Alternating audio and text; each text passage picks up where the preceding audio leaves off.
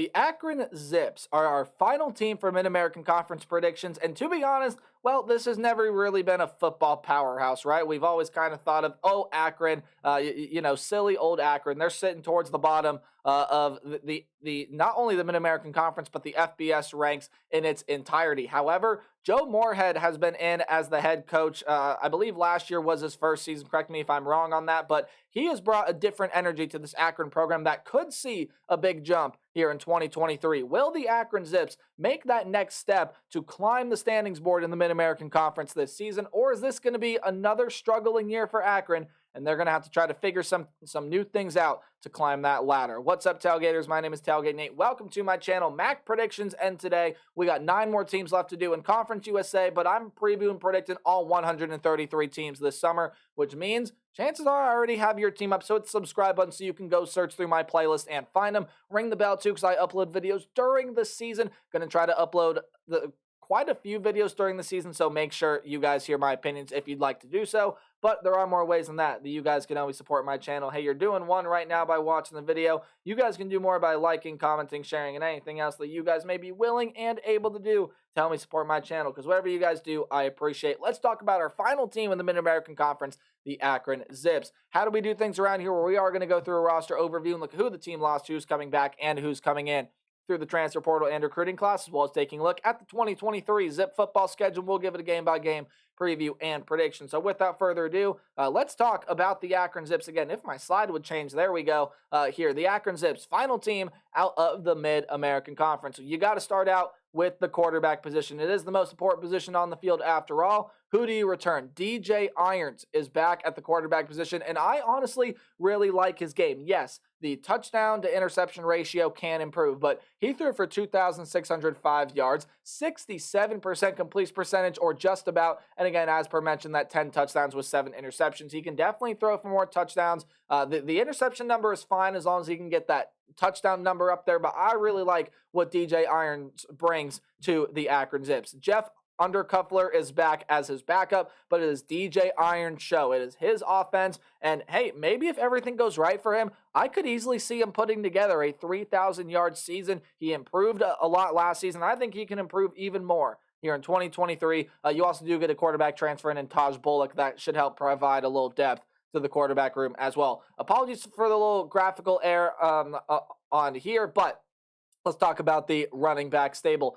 Cam Wiley and Clyde Price were your 2 leading rushers last year out of the running back stable. They were the only 2 running backs that had over 100 yards for this team. In fact, they were the only 2 running backs that had more than 10 carries for this team. Wiley had 486 yards and 5 touchdowns, and Price 309 yards and 7 touchdowns. So they got in the end zone quite a bit, just really couldn't find that yard marker. This was only a Akron rushing attack that averaged 2.9 yards per carry last season. So you get some transfers into this program. Lorenzo Lingard is coming over to this program, who should be your feature back here in 2023. He is coming over from Florida. Hey, he's a former 5-star coming out of high school, 6 foot, 190. He should be a really good player for this team. And then Drake Anderson, former Northwestern Wildcat and Arizona Wildcat. Funny how that works out, right? He is transferring in as well. Again, apologies for the graphical error that put Anderson's name there in the next line. But anyway, moving on. Let's talk about the wide receiver room.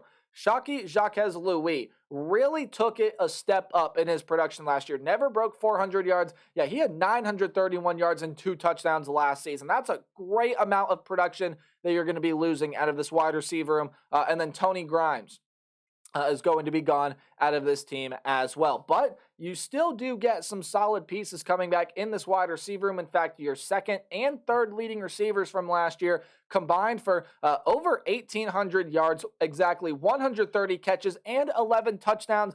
Those are the likes of Alex Adams and Daniel George. Josiah Gathings returns to this team as well. And again, a lot more pieces return to the wide receiver room to add some depth. In the tight end room, Tristan Brank is gone, was the 2nd leading receiver among tight ends, 153 yards and a touchdown. Your leading receiver among tight ends last year was TJ Banks, will be the featured tight end this season as well, did have 5 more catches than Brank from last season. And on the offensive line, there are some pretty solid players leaving the offensive line. Never really could find a starting five that really worked out. They allowed 56 sacks last year. That's got to get better. Xavier Gray, Anthony Wiggin, Max Baines, and Owen Murphy are all gone. However, Tony Georges, Alex Robarge, and Ronan Chambers, my apologies, come back. I believe you get some transfers in there, but again, they are not on my list here. So there's your offense for the Zips. Let's talk about the defense now in Akron, Ohio. Defensive line, Victor Jones, Zach Morton, Ravonte Holt, and Curtis Harper. All of them are going to be gone. Victor Jones, 5.5 sacks last season, led the team. 4.5 sacks for Morton. He is gone. Harper, and that should be a C, not a K there. My apologies. 2.5 sacks for him last season. You're losing a lot of talent there. So Ryan Johnson, Kyle Thomas are a couple of returners to this defensive line that I think should be pretty solid players for him. Johnson, 26 tackles in the sack last year. And Thomas, 14 tackles last season. I think they should be solid players. But a lot of transfers come over, not only on this defensive line, but on this Akron defense, period. You'll find that out in a little bit. Teray Jones, Antonio Smith, and Lamar LeVay, my apologies, will be transferring in on the defensive line. Linebacker room, well, your leading tackler in Bubba Arslanian, what a last name that is, 129 tackles, so did break triple digits by quite a bit, had a sack and 2 passes defended and an interception. Of course, is the leading tackler on this defense last year. Tim Terry, another top 10 tackler, will be leaving this team. And then Jeslord Boateng will be gone out of the linebacker room as well. Again, another pretty solid piece for them last season. Andrew Bem, Brian McCoy, Julian Richardson are going to lead this linebacking unit. Specifically, Bem, really good player for them last year, 29 tackles for him. And then, again, a lot of transfers. Ahmad Rabah, Gage Summers, and Shamad Cooper all transfer in and should be staples in this linebacker room, should play a lot of decent minutes. Now, you don't really, while there are transfers coming in the defensive back room on this team, it's a lot of returning production. Pretty much everyone comes back. Nate Thompson, 72 tackles for him last year. Darian Lewis, 6 pass defended and an interception. KJ Martin, 53 tackles. All 3 of those guys, top 5 tacklers, but there's more. Tyson Durant, 6 pass defended, 3 interceptions, and a pick 6 for the team last year. Devontae Golden Nelson and Jaden Woods, all of them return to this team, among many more, and then you get some transfers in there as well. Your head coach is Joe Moorhead, offensive coordinator Billy Fessler, and your defensive coordinator is Tim Tebessar, as we take a look at the Zip football schedule for 2023. Any game any game that's underlined is going to be a home game, while any game on the road will be in italics or that slanted text. Any game in green is a game I think the Zips are going to win easily. Any game in yellow is a back and forth 50-50 type game, maybe an upset bid game, but the Zips will be able to win, and red is a loss. You start out your year. Now, I do like a lot of talent that is on the Zips program, but I could still see them struggling this year. I'll prove that with my predictions here in a second. On the road against Temple is going to be a loss. If you did not watch E.J. Warner last season, you are missing out. That is a very good player at the quarterback position for Temple. He's got a lot of skill position players coming back, and while the defense and offensive line have to get better for that team, I think the offensive pieces alone should be enough to get through this Akron defense. Now, I know all the talent that returns in the secondary for the Zips, but I feel like E.J. Warner is more than capable of being able to exploit that. He's got some really shifty, really good wide receivers on his side that I think will be able to help him pass this Akron Zips team. Then you get a home game against Morgan State. Should be a win for this team, although, again, could see it being an upset bid, maybe closer than a lot of people think. But anyway, you slice it, in my opinion, should be a win for the Akron Zips there.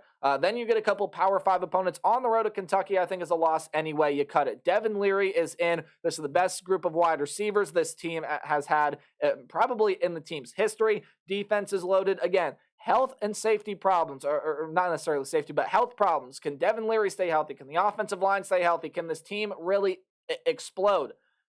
Definitely a possible sleeper, though, in the SEC. That's going to be a loss for Akron. And even though Indiana, I don't think is going to be that great this year in terms of win-loss record, I do think the team is capable of being more competitive than they were a season ago, and it's still Power 5 talent against Group of 5 talent. There are a lot of very nice pieces on this Akron team, especially some of the transfers that you have coming into this program. However, I think Indiana, with their competitive nature this year, just might be a little bit too much. So I do think that will end up being a loss there for the Akron Zips. So you're through non-conference, 3 tough road games there that you've suffered losses in, but now you are here with conference play, right? So home game against Buffalo coming up first.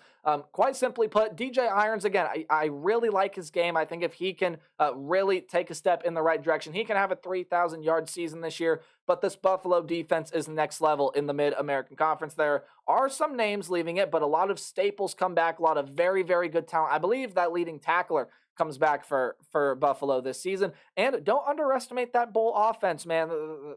That is an offense that can put up some big numbers, has a lot of potential, a lot of returning talent. Buffalo showed that they were one of the best teams in the MAC last year. They will be again in 2023. That is a loss on the road for the Akron Zips. Northern Illinois is up next year, and, well, you're thinking, hey, this is a winnable game. The Huskies were not very good last year. There were a lot of factors as to why. There are a lot of injuries to that team, a lot of inconsistency issues, especially at the quarterback position, but Rocky Lombardi is back. What should be his favorite target in 2023, and Tavon Rudolph is back after missing all of last season. Some solid pieces on that Husky defense will lead that Husky team to improve quite substantially from where they were last season, should end up being back in a bowl game, and should beat the Akron Zips there in week 6. All right, a winnable game here on the road against Central Michigan. Central Michigan, look, Akron returns a lot of talent, and Central Michigan only lost talent from the season. Again, they did bring in some nice transfers, and that Central Michigan defense is going to make it really tough on any opposing offense looking to try to get through it. But the Central Michigan offense is just, might be very subpar this year. Lou Nichols is gone. Daniel Richardson, I believe, is that quarterback. He is gone as well. So, again, there are, I think, going to be issues with Central Michigan this season. But what did I say a minute ago? I know I talked so negatively about Central Michigan for so long there, but the defense, right? The defense is good enough to keep it in games. The defense is good enough to pull out wins. I think they have what it takes, especially in the secondary, to slow down DJ Irons. They have what it takes to get through this Akron offensive line that just has to improve substantially from last season. That will be a win for Central Michigan, making it a loss for the Akron Zips. And they also will lose to the Bowling Green Falcons as well. Connor Bazelak is coming in. He's proven he can be a Power 5 quarterback when he is at his best. A lot of good skill position players there. And while, yeah, the offensive statistics could take a jump, which I think they will this year, defensive statistics definitely need to take a jump. So that's a question mark to watch for Bowling Green this year. But you do have a lot of returning talent, some talented transfers coming in. That will be a loss on the road for the Akron Zips there in week 8. But, hey, you do get a bye week. Then you come into weekday action against the Kent State Golden Flashes. If you watched my Kent State video that came out earlier today, you know where this one is going. So I'll speed it up a little bit for you guys. This will be a win for the Akron Zips. Kent State just lost so much, and Akron returns too much for Kent State to be able to keep up with. Again, I think DJ Irons, with this group of wide receivers, yes, your leading receiver is gone from last year, but there's a lot of very good production in this wide receiver room that comes back. You get some really talented transfers come into play. Running back, I think that alone should be able to get Akron through this Kent State defense, but if you want more, this Akron defense returns too much talent while Kent State loses everyone and their mother on the offensive end. Quarterback, running back, wide receiver, the list goes on and on and on.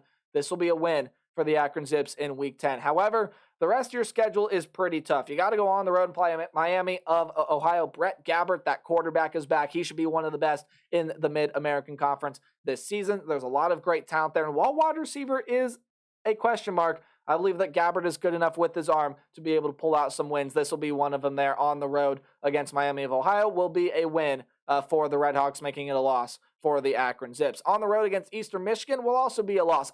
While Akron does return some pretty nice talent in the defensive front seven, again, a lot of the talent does come back in the secondary for this team. Eastern Michigan's got one of the best running backs in the conference in Samson Evans. Really, really good player. The defense over there is very strong as well. And I don't think Akron is going to be quite ready for the physicality battle that they're going to see there in week 12 against the Eagles. And then at home against Ohio. This is one of the best teams in the Mid-American Conference. They got one of the best offenses in the Mid-American Conference with Curtis Rourke. A lot of great skill position players, and then the defense should still be solid this year as well. So overall, Akron I do see at 2-10. Now again, if DJ Irons takes a big jump, this offensive line can substantially improve from last season, and the defense can definitely improve from where it has been in seasons past. This Akron team again, I have their ceiling at 5-7, but who knows, man? Maybe Akron can sneak their way into a bowl game this year. There are a lot of things that have to improve, a lot of factors that have to get better. So for right now, I got Akron at 2-10 until I see otherwise. But that does it for MAC predictions. Let me know your thoughts on the Zips in the comment section below. Standings videos coming up next. Remember to play hard, tailgate harder.